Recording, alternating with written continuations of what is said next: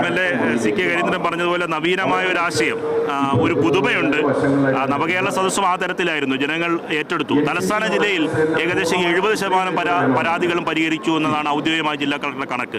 നവകേരള സദസ്സ് ഇനി ബാക്കി കുറച്ച് പരാതികൾ സാങ്കേതികവും നിയമപരമായ തടസ്സമുള്ള പരാതികൾ പ്രോസസ്സിങ്ങിലുമാണ്.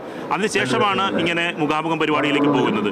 ഈ പ്രദേശത്തെ ഈ അതാത് സ്ഥലങ്ങളിൽ നവകേരള സദസ്സ് നടത്തിയപ്പോൾ അവിടുത്തെ ജനവിഭാഗങ്ങളിലെ ഒരു വിഭാഗം ജനങ്ങൾ മാത്രമായിരിക്കും സ്വാഭാവികമായും പ്രവാസ സദസ്സിൽ പങ്കെടുത്തത്. അവിടെ കേട്ടതിൽ നിന്ന് കൂടുതൽ പേരെ പ്രത്യേകം വിളിച്ച് മുഖ്യമന്ത്രി കേൾക്കുകയാണ്. നവകേരള സദസ്സ് വലിയ വിജയമായിരുന്നു. എല്ലാ വിഭാഗത്തിലുള്ള ജനങ്ങളും പങ്കെടുക്കുകയും അവർക്കുള്ള പരാതികൾ സമർപ്പിക്കുകയും ചെയ്തിട്ടുണ്ട്. അതിൻ്റെ അടുത്ത ഘട്ടമാണ് 10 മേഖലകളിലുള്ള പ്രമുഖരുമായി, ആ തെരഞ്ഞെടുക്കപ്പെടുന്ന ആളുകളുമായി മുഖ്യമന്ത്രി നടത്തുന്ന ഈ അഭിമുഖത്തിലൂടെ ഉയർന്നു വരുന്ന വിഷയങ്ങൾ പരിഹരിക്കുന്നതിന് വേണ്ടി ഗവൺമെന്റ് ശക്തമായിട്ടുള്ള ഇടപെടൽ നടത്തും.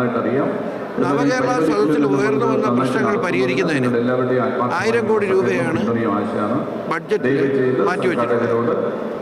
അത് ഈ മുഖാമുഖങ്ങൾ കൂടെ കഴിയുമ്പോൾ താഴെത്തട്ടിലുള്ള ഈ ഓരോ മേഖലയിലുള്ള ജനങ്ങൾ അനുഭവിക്കുന്ന പ്രയാസങ്ങൾ, ബുദ്ധിമുട്ടുകൾക്ക് പരിഹാരം കാണുക എന്നുള്ളത് തന്നെയാണ് നവകേരള സദസ്സിനോട് അനുബന്ധമായിട്ടുള്ള ഈ പ്രോഗ്രാം ഉദ്ദേശിക്കുന്നത്.